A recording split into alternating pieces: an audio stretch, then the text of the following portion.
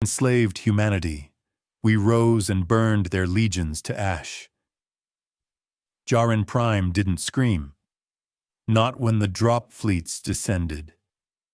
Not when the skies fractured into violet streaks under the burn of foreign engines. Not when the first sonic booms cracked across the spires of Galathar City. The planet's surface, lush, ocean-girdled, bright with bioluminescent jungles, simply watched. 1,000 ships from the Meraxis Accord pierced the stratosphere with mathematical precision. Their hulls bore the silver-black emblem of unity. 13 spears encircling a single chained world. Humanity's world. Admiral Serac Voln of the Accord's 5th Enforcer Arm stood on the command deck of the dread cruiser Apatheon, mandibles locked, eyes fixed on the live feed from orbit. Zero response. No electromagnetic signature. No planetary defense field. Minimal civilian migration, as predicted. His aide, a slender Lithari caste slave, chirped in clipped tones. Their leadership appears to have fled. Ground infrastructure remains intact. Voln turned away. They submit. Cowards. Begin planetfall. Troop landers disengaged from cruisers like swarms of rusted needles. They fell toward Jaren Prime in perfect order, blanketing the skies. There was no resistance. There was only silence. Beneath the jungle canopy of Sector Varn, under foliage thick as steel cables, Captain Lara Miles adjusted her ocular visor. Dirt streaked across her face. Her armor, a composite blend of reactive plating and shadow mesh, was muted to jungle tone. She watched the ships descend. Vipers in zone. 5 minutes, came the soft voice of her field tech, a youth named Kinley. Thermal sweep shows nothing they'd notice. Everything's ready. Lyra didn't answer. She was staring at the hillside opposite, where the tree line shifted, folded, and began to lower. Not fall, fold. Massive plates of bark-covered alloy peeled open. What had looked like dense jungle unfurled, revealing a wall of metallic spines and anti-air capacitors. "Arboreal units awake," Kinley whispered. Lyra gave a small nod. "Good. Let them land." In orbit, the Meraxis command ships opened planetary comms. "This world is now under Accord jurisdiction. Your cooperation ensures survival. Resistance will be met with processing." On the surface, Lyra whispered into her comm bead. "Furnace protocol. Ignite." The ground split. Railguns rose from beneath riverbeds. Microwave lances emerged from rock faces disguised as cliff moss. Streets cracked and bled plasma fire. Jungle vines retracted, revealing missile silos hidden beneath bio-sculpted camouflage. The first Meraxis landers touched down and exploded mid-thruster. Above, the command feed to Apatheon turned to static. Admiral Voln froze. "What is—" Then the kill counter began. Unit designation. Furnace line confirmed enemy kills. 1,102. It climbed. Fast. Voln stared in disbelief as 3 more screens went dark. Beneath the foliage, Lyra Miles stood, as the tree line ignited behind her in a wall of cleansing fire. "No one enslaves humanity," she said. "They just think they did." Galathar did not scream either. It opened. The core of Jarin Prime's largest urban center was never truly a city. It was an illusion, a composite of fake streets, empty high-rises, and decoy energy grids. Beneath it all, the real city breathed, nested beneath 10 meters of shielding and woven with fiber steel arteries linked to the planet's defense mainframe.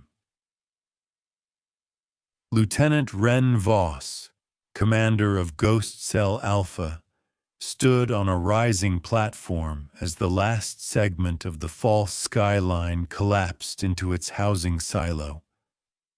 Above them, the streets they'd walked as civilians yesterday now canted sideways like broken teeth. Ren pulled off his helmet, sweat running down his jaw. "Is the uplink stable?" "All green," said Sarah, his comms officer. "We're live. Static is intentional, masking the real feeds." A roar shook the chamber as the street-level turrets activated. The sound wasn't just mechanical, it was personal. They'd let the Meraxis believe Earth was fractured, that its colonies were unprepared, that it would kneel. They'd waited, built, hidden, and now they showed their teeth. Outside, the Meraxis troops moved cautiously. Their scanners showed no signs of resistance, but their instincts screamed because the geometry was wrong. Galathar's streets aligned too neatly.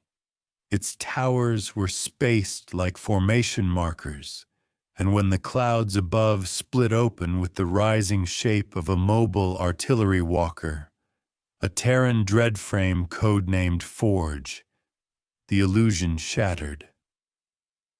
The Forge walker stood 8 stories tall, plated in reactive tungsten weave, and bristling with modular weaponry. It didn't walk forward. It broke forward. The blast wave of its first salvo vaporized half a Meraxis battalion. Its second cleaved through a command crawler trying to retreat. And then the music began. Not human music, but the rhythmic tone of automated kill zones sinking across the city. A low pulse that matched a heartbeat. Ren smiled grimly. City just woke up. On the Apathion, Admiral Volm staggered as another feed collapsed into static. "They built weapons into their cities," he hissed. "These aren't colonies, they're traps." And in the fire-lit shadows of Galathar, Lyra Miles spoke a single phrase into her comm. "Release Echo Cell." Because the next city wasn't a fortress. It was bait. There was no front line, no trenches, no declarations, just fire. Echo Cell ignited the moment Galathar went dark on Meraxis command sensors. Across 5 continents and 12 orbital colonies, hidden cells of humanity's vengeance came to life. They were never meant to hold territory. They were designed to erase it. In the ice-raked crests of Polaron Ridge, 2 Meraxis crawler units made camp in what they believed to be neutralized terrain. They didn't see the mines. They didn't hear the power cycling beneath the snow. But they felt it, briefly. A sudden bloom of white fire, A concussive roar. Echo Cell Theta struck with rail-thin missiles designed to pierce hulls at hypersonic speed and detonate not with explosion, but with collapse. Gravity pockets. Localized folds. In the aftermath, all that remained was glassed craters and airborne static. Atop the ridge, Major Kira Song watched it all through her magscope. Her unit didn't cheer. There was no triumph. Just a name. 2 less legions, she murmured. And counting. In orbit, the Accord scrambled. Dozens of coordination nexuses, massive AI-controlled war centers, began failing. Not from weapons, from something worse. Code. Human ghost code. Malware embedded into relic satellite arrays. Slave to legacy orbital junk. Erupted across their firewalls. Systems flickered. Orders reversed. Gunships turned on transports. Mechs wandered into death zones. Admiral Voln screamed at the controls, mandibles wide. "Who programmed them?" An aide stammered. "Terran Command AIs. Autonomous. Disconnected from our net." Voln smashed a console. "They made us blind." Back on the ground, Commander Lyra Miles stood in a charred intersection, once known as Ellen's Cross, helmet clutched under one arm. Bodies, enemy bodies, smoldered in the ruins. A whisper came through her comm. Echo 6 confirms Colony Aero 4 has been cleansed. 70% survival, children intact. Lyra closed her eyes. One colony saved. Then another ping. Echo 9 complete. 4 legions lost. Planetary control retaken. 2. From the shadows of annihilation, the fires of retribution burned upward. Echo Cell wasn't just retaliation. It was resurrection. And the galaxy began to understand. Humanity hadn't been enslaved. They had allowed themselves to vanish, so that when they returned, the stars would remember their fire.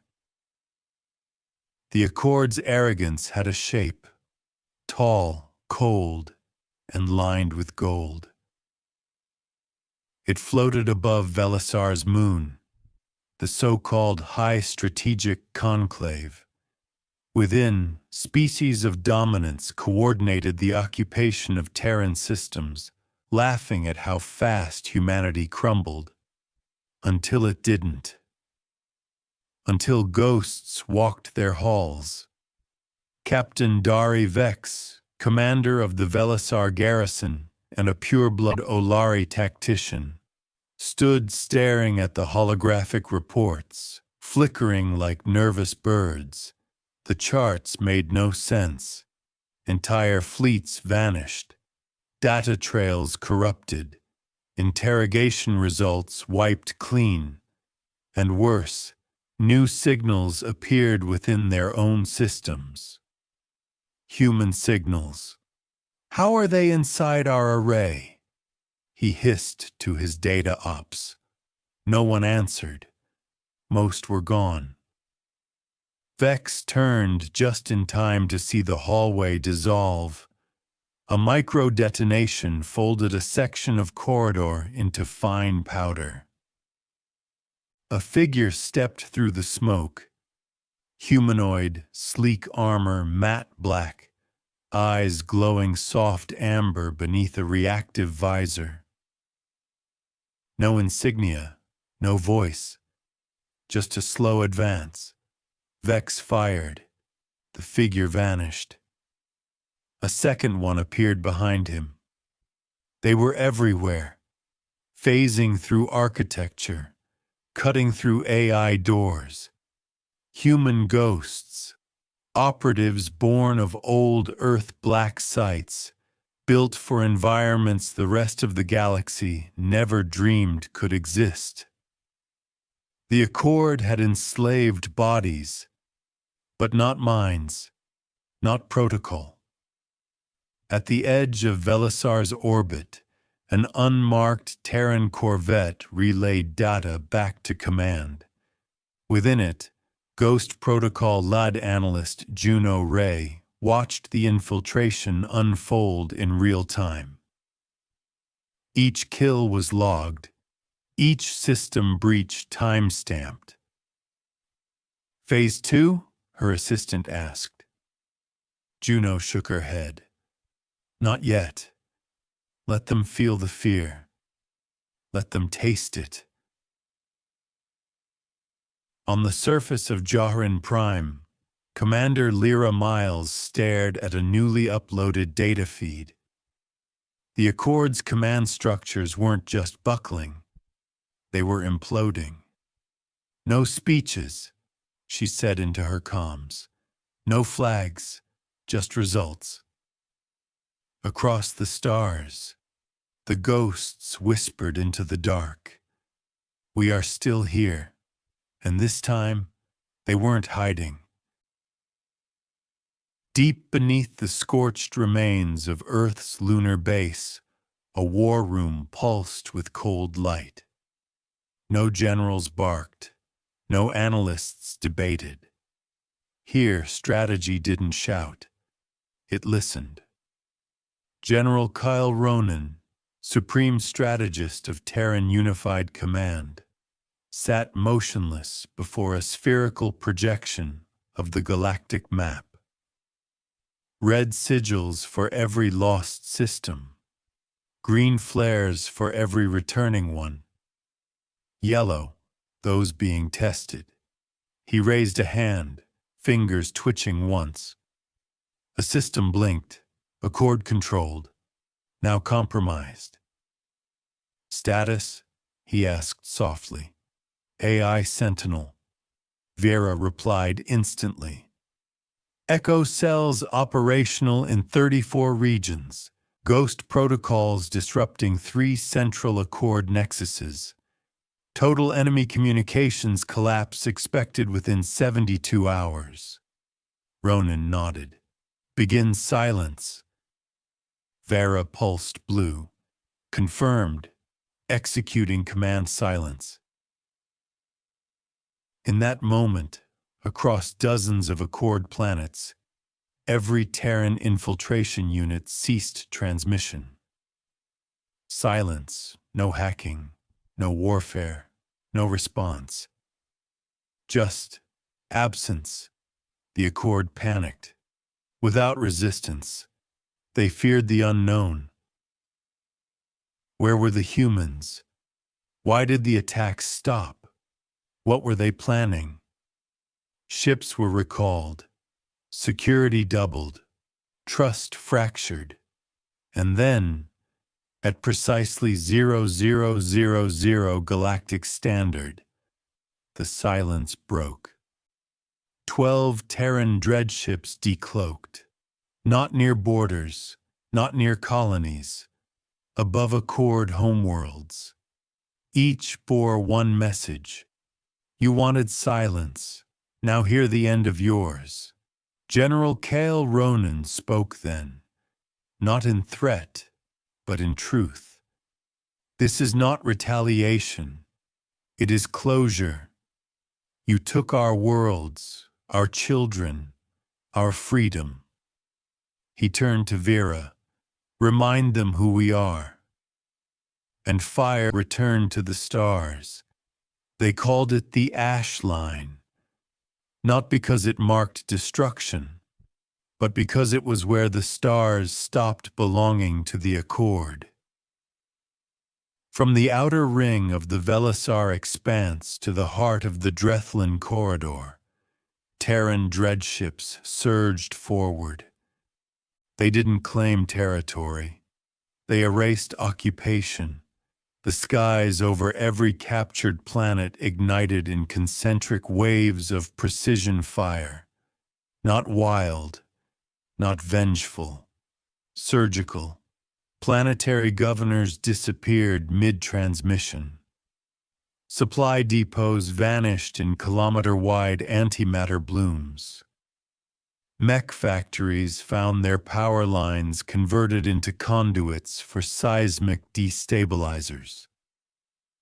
Commander Lyra Miles led the surface offensive on Kyrith Prime, a former Earth colony now twisted into an Accord processing world. She stood atop the ruin of a Meraxis comms tower, staring out at the burning jungle canopy. Her voice was steady. Push the perimeter. No captives. No delays. The ash line wasn't marked by flags. It was marked by silence. The kind left when resistance ceased. Back at Terran High Command, Vera displayed the shifting map. 50% reclamation complete, it said.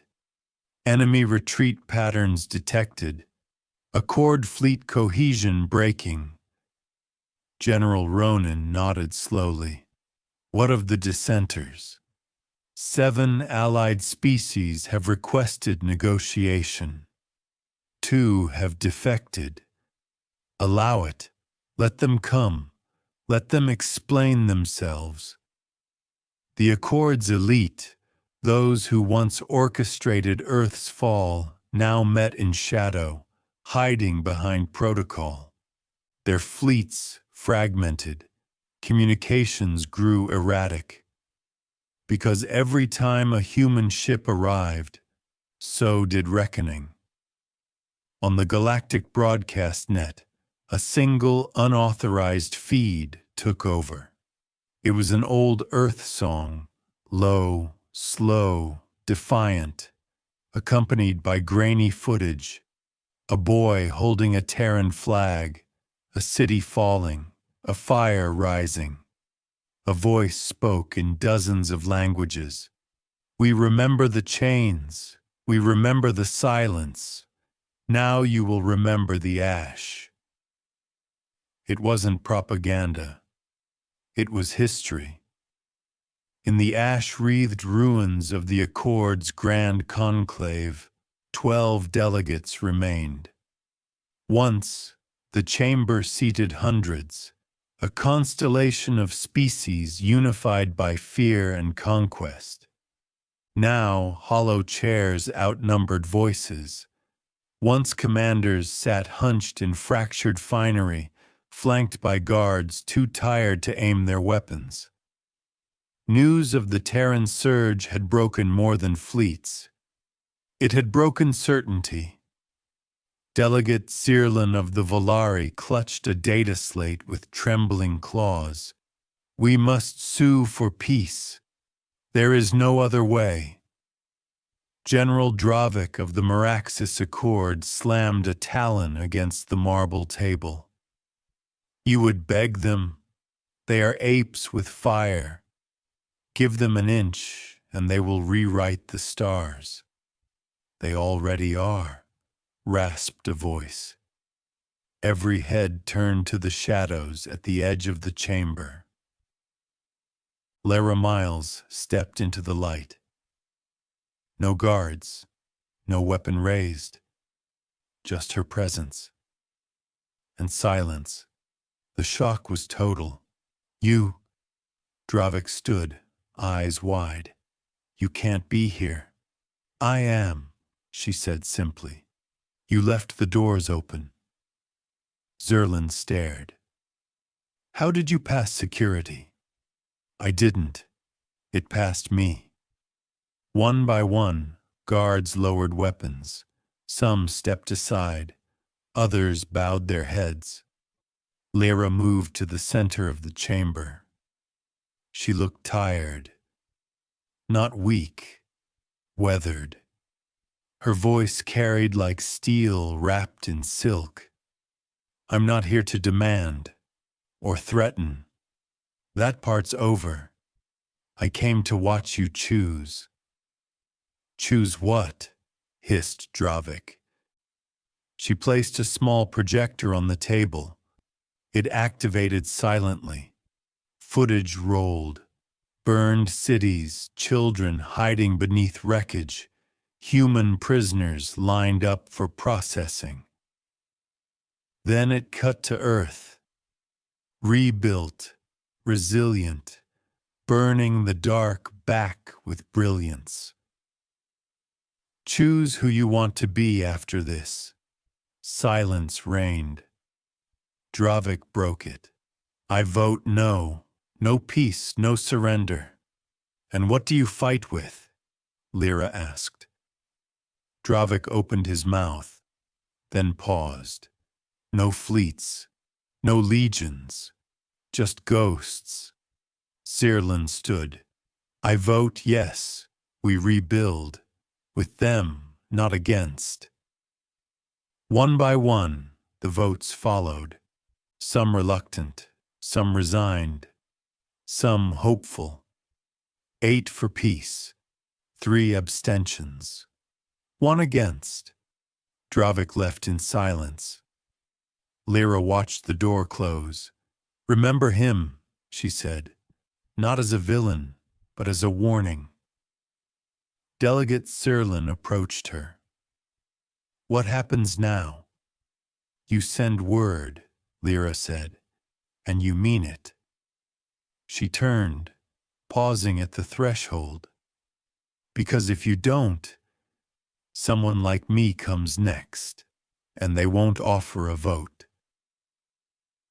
She left the chamber behind. Above, Earth's fleets held their positions, waiting, watching, for a single word, peace, and for the first time in decades, the galaxy considered speaking it. The message reached Earth with little fanfare. A digital transmission, encoded and mirrored across 17 secure relays. Short, direct. Peace accepted, accord dissolved, rebuilding to begin under joint commission. The war was over. On the scorched world of Jaren Prime, Commander Lyra Miles walked the quiet ruins of Ellen's Cross.